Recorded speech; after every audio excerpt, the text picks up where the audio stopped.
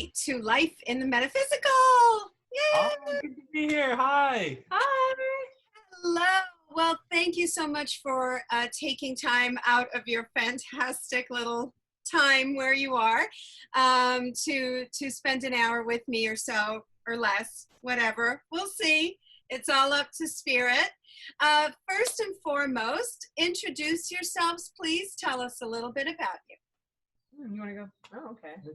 I'm Kate. I am from New York. I have been on a spiritual journey for about 10 years. That started with Al-Anon, the 12-step program for families of alcoholics. Mm-hmm. I lived in Asia for 4 years, so I was able to separate from my family for quite a while to really dig deep into familial issues that had been blocking me for a really long time. And it was through a long process of opening up to channeling, opening up to NDEs, opening up to all this literature that I found the Course in Miracles. And now I've been studying the Course in Miracles for the last 2 years, and it has literally completely altered the trajectory of my life. It's shifted my value system entirely, and I am experiencing more periods of peace than I ever thought were possible. So I'm huge fan of the Course. I'm really grateful that I found it, but I think I was always seeking the truth, and the Course was that for me. So that's beautiful. Beautiful story. And we actually met in person yeah, a year and a half ago. No, was it 8? Yeah, at the beginning of 2019, January of 2019. That's right. We met at a spiritual retreat, an ACIM retreat led by Tina Spalding, and in Palm Springs, California. Mm-hmm. That's right. Yeah, that was a powerful experience. Yeah, it really was. So after that retreat, I ended up having bliss state meditation experiences that I'd never had before for about like 6 weeks.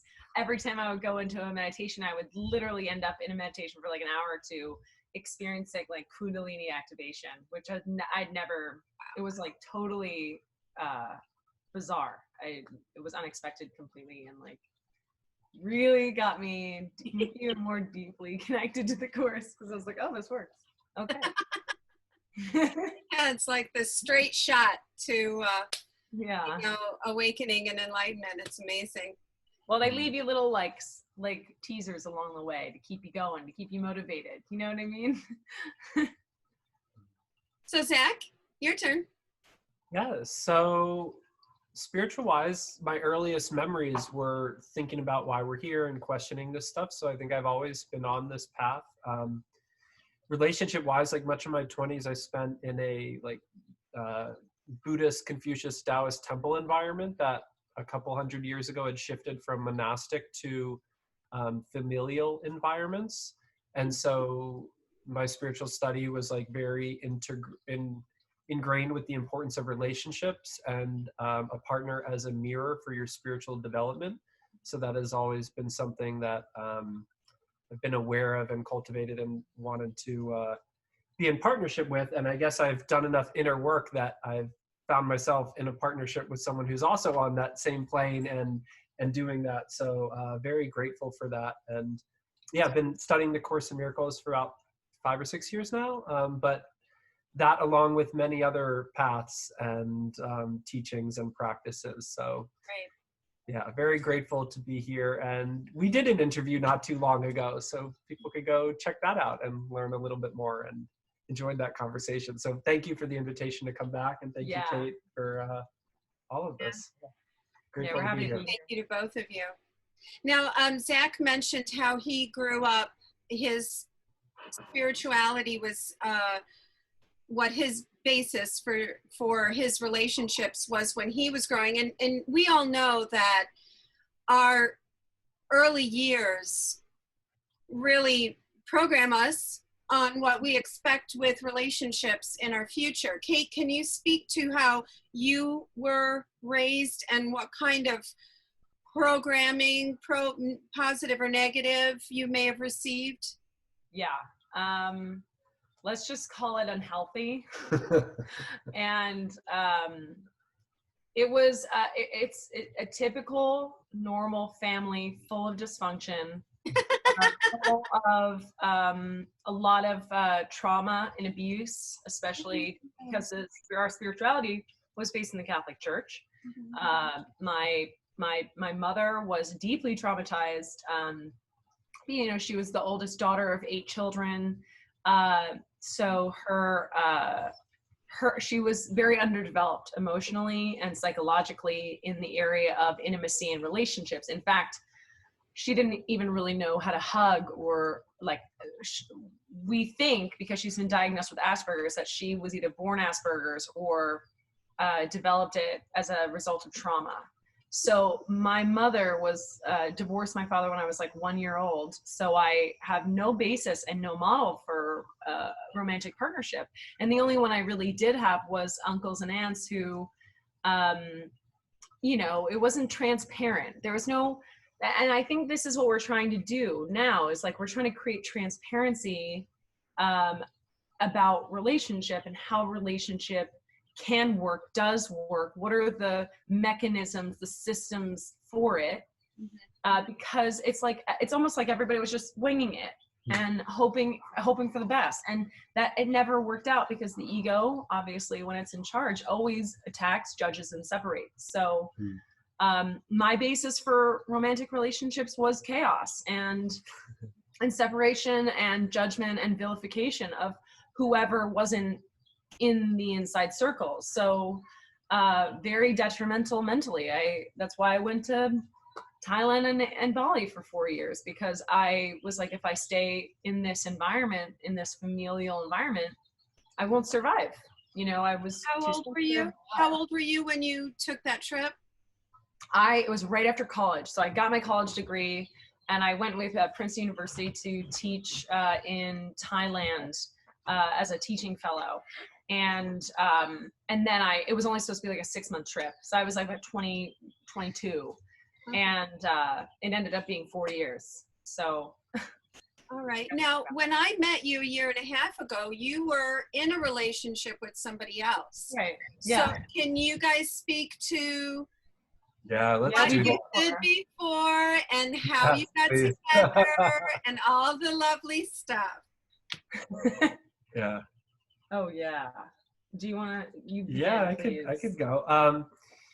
So the thing about like my more formative, like young adult years and having exposure to temple and the importance of relationships on a spiritual path, like I was very inspired by the ancient Confucius stories of fidelity, where it was like a horribly abusive interaction where the protagonist stuck it out for 60 years and at the very end there was a glimmer of hope, and it was like, oh, this is the truth, I never should have behaved in all this way. And the Confucian model was like, oh yeah, you stuck through it all this time. So honestly, I was very tolerant of like tons of misery, and watching that in my family growing up that ended up basically killing one of my parents. Zac, I can't even tell you the memories that are coming up for me with you saying that. I can't even tell you, because my dad's motto was, I'm the suffering servant. And that's pretty much how he based his life. You're a servant to your situation and you suffer through it. And in that suffering, you're somehow purified. Oh, yeah. So, I'm getting goosebumps. My daddy, God rest his soul. God bless them all, I mean, how many Wow. generations on this planet have been indoctrinated and seen as heroes. I modeled myself out. I'm a very disciplined, like 100% in person. So if martyrdom was the path, like I was going to be the perfect martyr. And thank God I'm not anymore, because that was going to kill me. No shit. So my last relationship was one, like I took all this abuse and all this suffering, and because I believed that was necessary, I was getting it hard, but I also would try to like do my best and use it to elevate. but it's taken me time to realize like, oh, I can enjoy this. It should actually be beautiful. And it's a mirror, right? Like it's definitely a mirror, but also it can be the most beautiful thing in my life. And that's what my perspective has shifted around. And I think that's very much what has brought Kate into my life, but that was not the case before. So there was a lot of just, I'm still recovering from that, to be honest. Still forgiving it. Yeah. Don't worry about that. Yeah, you'll work through it, I promise. I'm not alone there. Yeah, we're in good company. Absolutely. So, for you, Kate, what was your experience like? With relationship? Yeah, coming out of your previous one or into where you are now or past ones? Yeah, I mean, without getting too into the details on it, I mean, I was with a really lovely human being. We had a lot of fun. We were really great together. We were very compatible in a lot of ways, except I felt stifled and I felt like, you know when something isn't quite right. Mm-hmm. And what I realized is that he was showing me where I had all these unconscious patterns and attack thoughts going on. So for us, my process of learning whether or not it was the right relationship, because I couldn't decide. I couldn't make a decision. Should I stay or should I go? Should I stay or should I go? And I think the relationship had pretty much been over for me for about a year before the relationship actually ended. But because he was such a lovely human being, I had a lot of guilt and a lot of fear around leaving the relationship, fearing that I wouldn't experience anything better. And, you know, what I did, because I was changing so much, I was in the second year of our relationship, I was in the middle of the Course in Miracles, which is one of the most transformational programs you can do. And I didn't just do it a little bit. I went fully all the way in. Like I completely dedicated a year to it. And as a result, I experienced like enormous rewards on the other side, but I put those things into practice in my relationship. Just because my relationship wasn't what I wanted to be, I used it as an opportunity to bring love, to add more love to the relationship. And what turned out as I brought more love to myself, to him, to understanding, to forgiveness, to compassion, we phased out of each other's realities. We kind of just, the relationship ended very gently and peacefully. And we still have a lot of love for each other, but we phased out because a relationship doesn't have to break down in some sort of explosive thing. It can sometimes, by literally just changing the vibration that you bring, you can phase out of something that you no longer prefer or want, and literally put your life and faith in the universe in the Holy Spirit, right? The Course talks about the Holy Spirit coming in and shifting your reality. But really you are, because you're the decision maker. You're making the choice for love, and that's the miracle. Making the decision for love is the miracle. So I experienced a lot of miracles, and as a result, my world just changed. And we ended our relationship in July, and then we went on a retreat, Course in Miracles retreat in Salt Spring Island in September. I did, and he did too. We didn't know each other, but that's where we met. And it was like pretty terrifying and wonderful to meet somebody who had so many of the things that I valued too.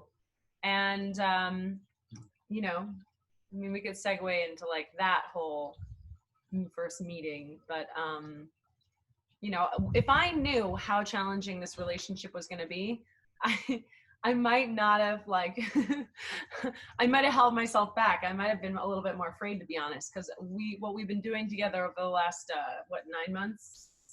Well, it's been almost a year, has been really difficult. And we've really had to show up in really uncomfortable moments. In my most unconscious moments, I've had to just get on my knees and pray for sanity and clarity, knowing that I'm the one who is creating the relationship I'm experiencing. So, yeah, it's been amazing though. It's well worth it. Now we're starting to see the rewards of our work now, but it's taken months to really feel those deep rewards. That's beautiful. Now you guys you've really taken the Course in Miracles as your guideline for your lives. and you're applying it in a very, very real and beautiful fashion by creating a whole podcast, a whole internet presence with this. So can you talk to us a little bit about that? Yeah, so early on, I'm trying to think of the origin of it, which kind of escapes me, but a bit of the context is, yes, like when we first met, and Kate could talk about this later, our first coming together was like drawing a sacred circle, being completely honest, being completely transparent at like levels of what are our fears, what are our aspirations, what are our goals, what are our unknowns. And after a little while, we started doing a YouTube show that we do weekly now, where we pick a theme and then talk about the Course in Miracles and how it applies to our lives. And it's actually been the central basis of our relationship. Like there were times, especially because we haven't been together and with the world being where it was, that like that was doing a live show was sometimes the most we would connect in a week. And it would be talking about the principles and just sanely honest and transparent. Like we really are not holding anything back. And we talk about the struggles that we have. And we try to give a perspective of, okay, there are all these spiritual tenets, right? You could learn them. We all probably know most of the spiritual tenets, but we talk about what it's actually like to practice them and what that feels like and what form it takes. And honestly, we do it mostly for ourselves, and the fact that other people watch, we're glad, because there's a lot of value and we could learn from each other. But it's definitely first and foremost been a way, and it's pretty remarkable. I definitely have not been this public with all of my internal world and all my internal processing, but it's felt really good. And it feels like kind of the new standard for where we're going with human interactions, to be just so radically open, so radically honest, so holding everything back, so forgiving, so supportive, and just real about it. So it's been a pretty incredible thing. So we call it, you had already had kind of a I Am a Miracles Worker brand. So we used that and we just added this into it. But Okay. Oh, that's really and fantastic. he said, like, when we first met, I mean, maybe it was like the second day we were hanging on the lawn on the retreat, and at this point we were just very friendly but deeply connected. And he said to me, I think we're going to teach together. And I looked at him and I was like, just the way he said it, I was like, I believe you. I just believe, I completely believe you. And then he's the one who really pushed me off the cliff edge and said, well, why don't we just have a conversation about, like, as I bought these cards, these Course in Miracles cards, he's like, I have an idea. Why don't we just like take a card and have a conversation and record it? Because we love talking. I mean, that's one of the things about our relationships. We love talking about the Course. I mean, we'll like after dinner one night, we'll lay down and I'll just read out we were reading out the Course to each other the other night. And I'm like, we should be doing this all the time, because we love this material so much. And we have both experienced so much of the fruits of the work of it. And it's like everybody should know that there is a way to move through, especially the times we're in right now, the global times, but the personal times. I mean, everybody's going through a massive shift. Nothing is staying hidden. Everything is coming to the surface. And it's like, it almost feels like we're not getting a break anymore. We're just, it's this constant onslaught of having to work almost every day. Maybe we get like a day or two of respite, but then it's coming at you again. Well, yeah, the last couple of days are quite nice. Oh yeah, that's true. Really nice. And I think that there aren't a ton of models that we get to follow. So I don't know that we're the perfect role models, but we're perfect in how honest we are about the process and that we keep showing up. So the hope is that we're not experts. We're trying to create more of that in the world. Yeah, we want to create the world. We're trying to create the world we want to see. And so by putting it out and being part of that, we're also now finding more role models for ourselves and people who are in this kind of relationshiping, and it's beautiful. Yeah, that's true. Yeah. I mean, I think where you put that point out there is that we are creating a new world, and we're creating new dynamics on relationships. And I think we can't say rules anymore, because rules is a control word. So we have to change our vocabulary, change our vocabulary and open our minds to different possibilities of alternative endings. Like from my own life, like I never knew that couples sat down and actually had conversations about issues in their lives. Like I only knew that you yelled at each other, you told each other what they should do, cursed, maybe threw a couple objects, and then went back to your respective rooms for the night. For success. Oh God. I connect with that a lot. So, you know, so how about that, undoing that programming? So do you have an example of how you were confronted with your obvious programming, and then all of a sudden you were like, wait a minute, I don't have to do that model anymore. Just talk about this last weekend. Yeah. Using sadness as a call for love. Yeah, and then my issues with control. Yeah, let's do that. Let's talk about that one. Yeah. Okay, so okay. yeah, we don't have to go back too far. Like, let's use the last week, and there's plenty of resources to pull from. One thing I do just want to throw out that's in my heart is just gratitude for all of the partners that I have had. It has taken me a while to get to a more loving and conscious place, and people have definitely been hurt along the way, myself and partners included, and generations of other people. So I just have a lot of gratitude for where we're at, and my heart goes out to everyone who hopefully is getting this opportunity right now more and more, and also to just acknowledge that, like, it's been really tough for human beings to go through these models of unhealthy living. So with that said, one of the things that I was confronted with and watched growing up was using sadness, or developing myself using sadness as a communication method to try to get love. So like things are great, and then I would just get angry or sad, and I really wanted to be loved in response. But then when the love was given, I'd reject it because I didn't actually know fully how to receive it. And this is such, I am not unique here. I'm sure that a lot of people can relate or saw this model.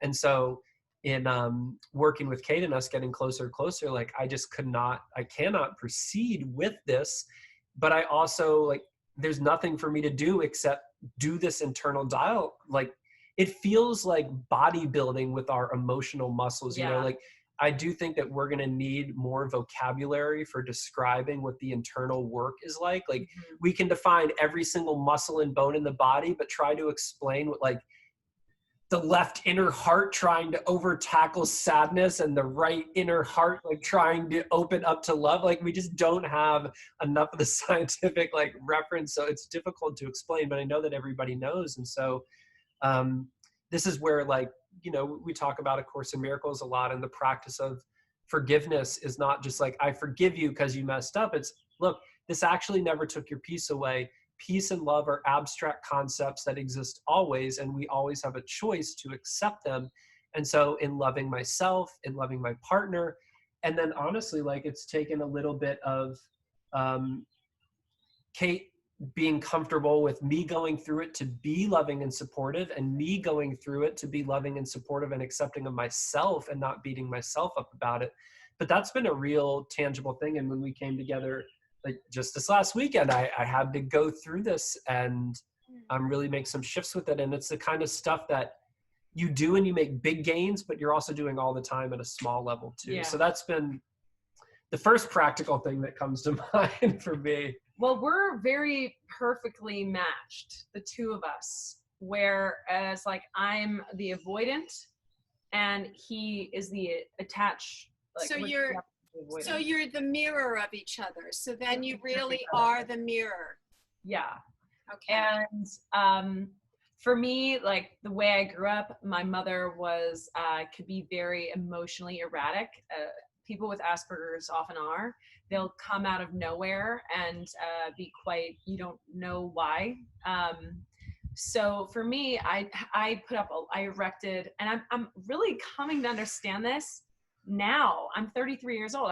I'm coming to understand these much deeper structures of my relationship with intimacy now, because I'm actually able to be intimate.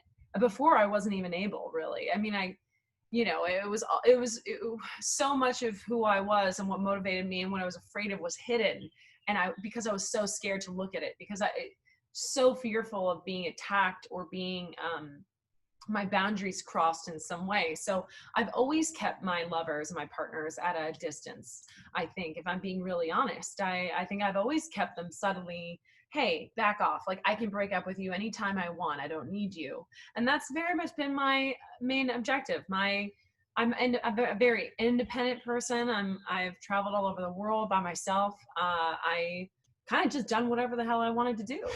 And I don't want anybody to bother my shit, And so when Zac has emotions, I am often, and I've really understood this much more deeply, literally this weekend. I mean, that's how recent and how fresh all this stuff is.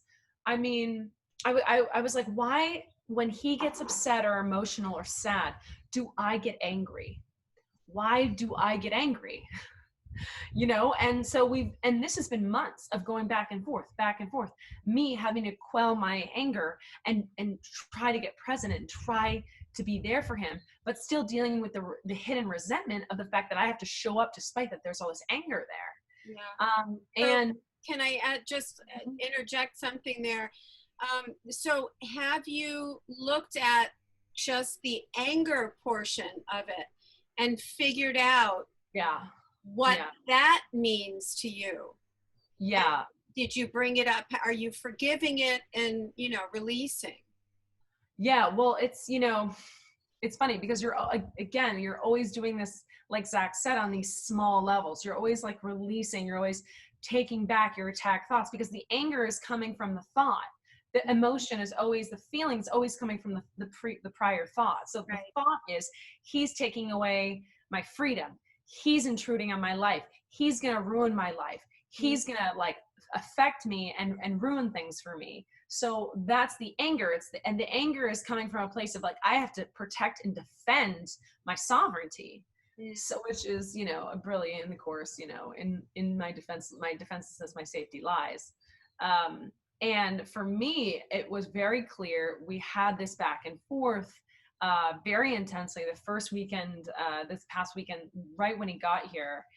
And I mean, I was just wanting to crumple up into a ball and, just give up, honestly. And we thought, you know what, let's just take a little bit of time apart. And I went for a drive and he played his banjo. And I was like, I just prayed and I was like, why can't I just love this person as he is? Why? And it was just this thought that just dropped into my head. And it was because you need to be in control. And control is the way I kept myself safe as a kid. I kept myself safe by controlling. I'm very clean and organized. I wouldn't call myself OCD, but I'm almost there. I like things very neat and tidy, everything in their place. I like having a clear schedule.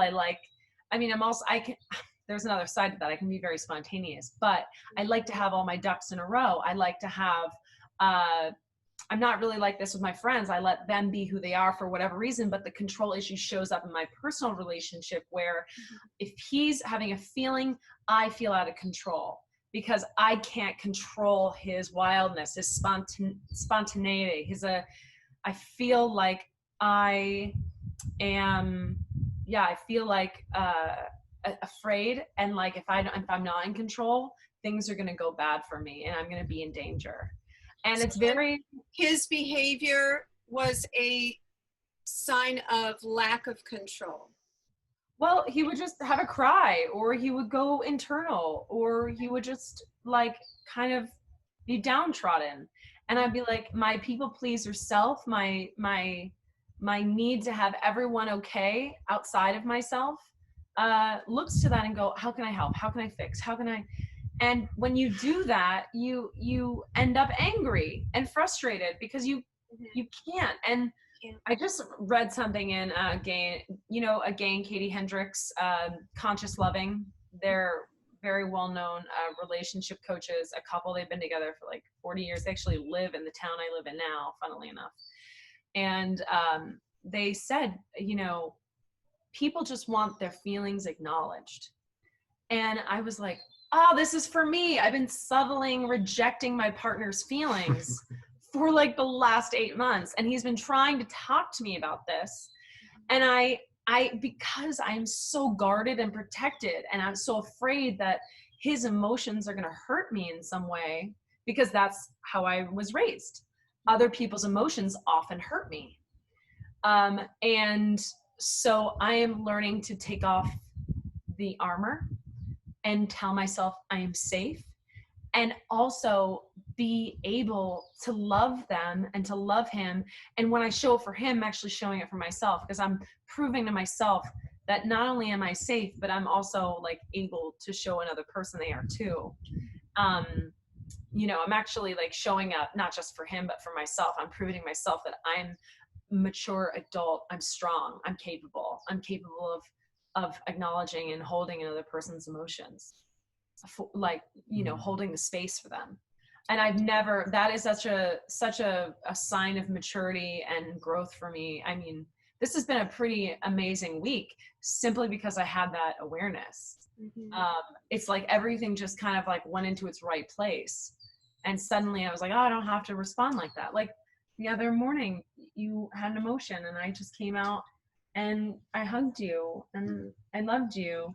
And the night before I broke down completely and cried. And, you know, sometimes I just let the stories come out to see what I'm thinking or feeling.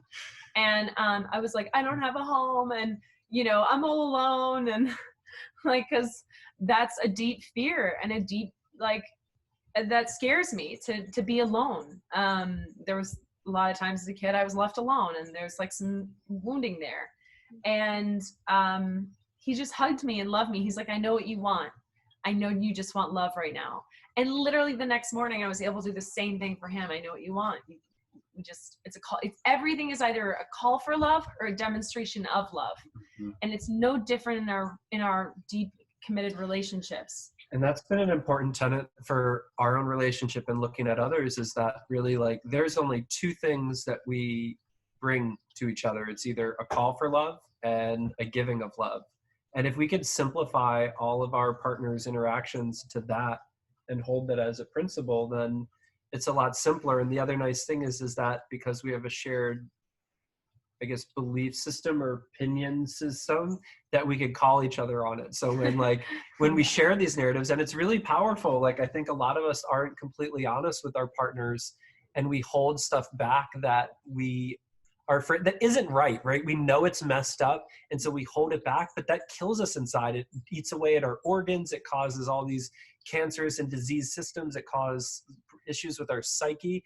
And so to be strong enough in partnership to let these stories out, and sometimes Kate does, like, she'll just like let it out, and it's wild. Not at him, like not as an attack. Just out, but it's good to hold Yeah. those with each other. And I think that that's a healthy thing, right? We're not new to be saying that this should be done and to be honest about them, but to hold them back and just to acknowledge that, like, we all just want to be loved. And it really, we have to put down our defenses and realize that we can't be hurt in the process in loving others. And there's something to be said for the partnerships that we're in are a reflection of our belief system. So if we are with someone who we feel like is constantly hurting us, and that really is kind of the case, then that is a reflection of us. So I think that us coming together is also a sign that we've done enough of the inner work that we could be with a partner who's not just going to like be unconscious about throwing their stuff around, you know, that is going to be accountable. And if at any point we need to be like, okay, we're putting on the brakes, like things need to get turned around, that there's enough of like an inner cultivation. It's like, okay, yeah, thanks for pointing that out. Wow, that was getting wildly out of hand. And that's not always been the experience. So I'm grateful to have that. And thank you to you for that.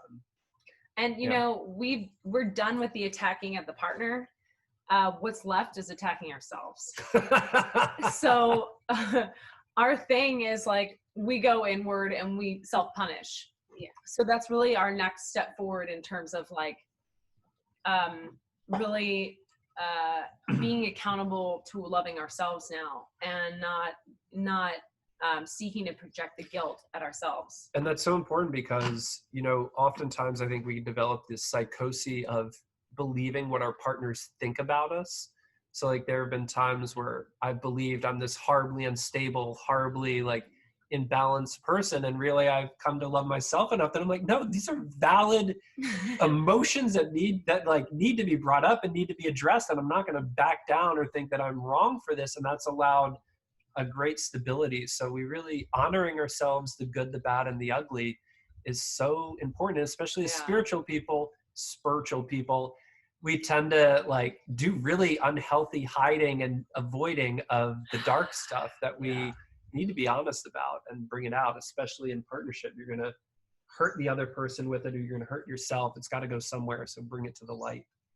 Right. Yeah. What are we going to do? I mean, we have no model for this. Like, there are no models to show us. We have like coaches and relationship coaches, but there's very few people. Do you want to share the Mary and Jay story from the Teens book has been a model of them sitting?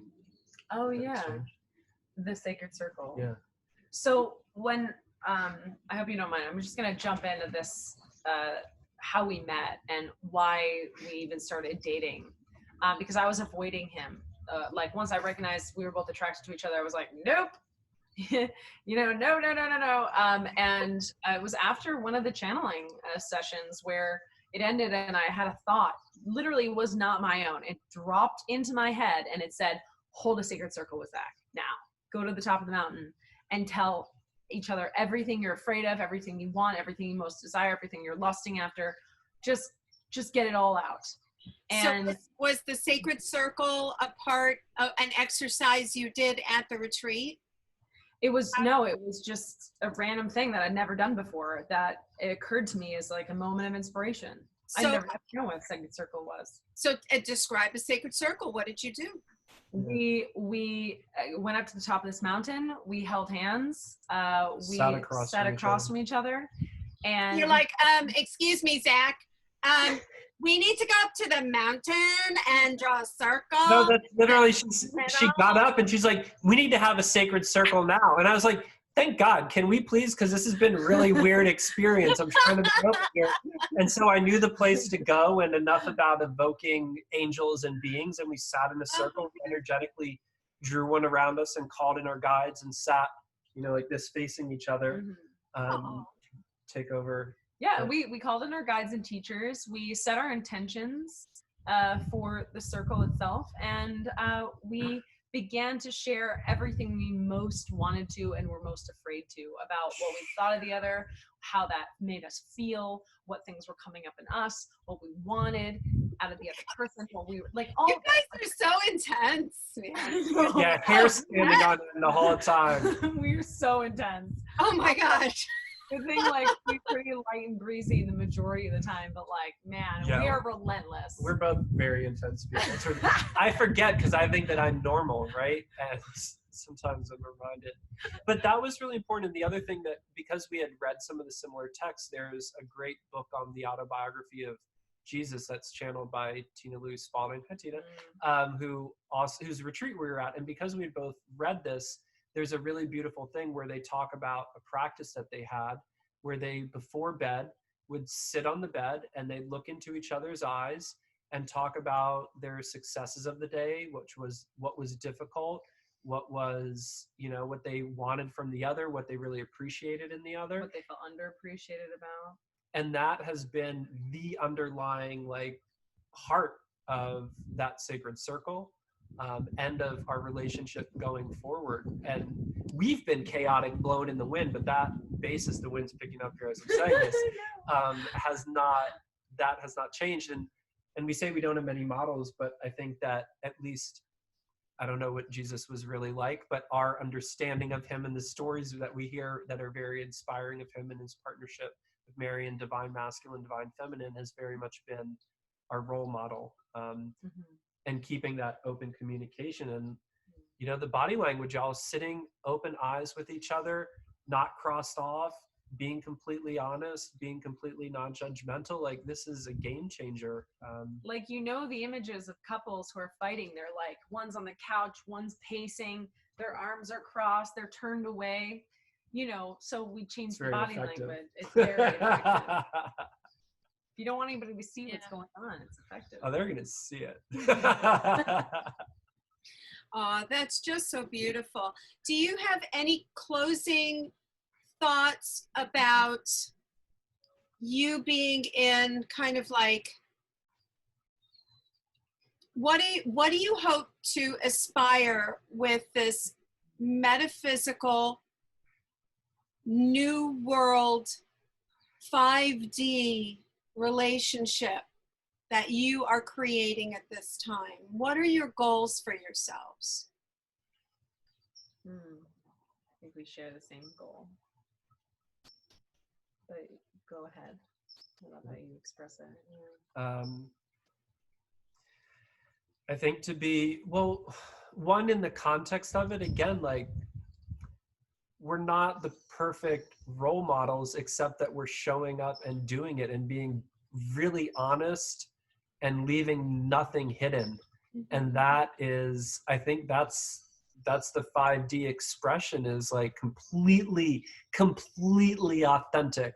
And if we show up in fullness, there's a phrase that we came across that we really both like, that like, that love is 2 cups overflowing, that like, that's our partnership, and filling ourselves up, being honest with each other, respectful, that these are the relationships we're moving into. And we very much want to be a part of that. We are a part of it. We're part of creating it. We're learning to look to others. We hope that others, I don't know if look to us, but that we could be in community with, I think, is how we feel about it. Yeah. Because if you're out there talking about this stuff, like, we'd really love to be friends with you and talk about it too, you know? And Definitely. if like, we're a guide towards others, I think it's first and foremost because we're doing it and we're going through it, and that's relatable to all of us. So I'm feeling, normally I have some like Heidi and lofty inspiring thing, but I'm just feeling really real in my heart at the moment about that. So maybe you could. I think that's perfect. Yeah. Yeah. I mean, my goal, my personal goal, and I know we share this, is to step closer to love. And stepping closer to love for me looks like asking for what is hidden in myself to be revealed, so I can see it and begin to do the process of releasing it and healing it and letting it go. Because because whatever is in us is creating. It's like, if your life is a mixed bag, chances are there's a lot of unconscious stuff there, because you don't create accidentally. It's happening it's showing you something. It's true love. It's life's love coming to you, showing you where you're out of alignment with love. So for me, I just want to continue to cleanse my consciousness and to continue to have my unloving parts reveal themselves, so that I can choose love again and again and again and again. And the other more like, I don't know, down to earth goal that I have is, I really want to be connected to couples, like he said, are doing this work. We have a new friendship in our life, a couple that's really beautiful. And for whatever reason, it's really accelerated our growth as a couple, being around them as a couple, because we're at the same vibration. We have the same intentions. There's a similar loving field we're generating together. And it's really easy for us, when we're in our own little world, to kind of spin and spin and spin and spin in our own ship, basically. And when we're face to face with other couples, other people in the world who are doing this work, we go, oh, right, okay, I can step out of myself here. And that is not a small thing. To have support in the work that you're doing is really, really, really important. It's like, we're not meant to just be doing this one-on-one. It's meant to be done in a communal way, in a group way, collectively. Yeah. And I think that's where we're moving in our society towards. And I want to enjoy it, because spirituality is like, it's hard enough. So let's have as much fun, loving, juicy, delicious, ridiculous time as we can, and setting that as our, like, it's only going to get better. It only gets better is what we always tell ourselves when we're like, oh my God, this is incredible. We're like, and it's going to keep getting better. Yeah, like we saw, we're looking to move in together, and we saw a house that was literally perfection. Like it was exactly what we wanted. It was the most beautiful. It was like gorgeousness in a canyon on a river. It was like insane. And we're like, we can do better. Because we both listened. We're listening to our gut, and our gut is telling us we're moving in the direction of something, and there's a lot of transition right now, and we're just staying open. But if we just keep reaching for the beautiful and the loving and the collectively supportive, we're going to create that. Yeah. We don't have to settle, you know. So that's very true. I just want to thank you. I'm really grateful for the work you're doing and following your inspiration and the community that you're enriching through your work. And for those who are listening, like, we haven't met, but thank you. And please reach out, or we have met a lot of you. We are already friends. So I'm just really grateful for all of it. And we're all in this together, and we're all a reflection of it with each other. And thank you so much. This is truly an honor. This is our highest joy. So much fun for us. Yes. We love talking about our relationship.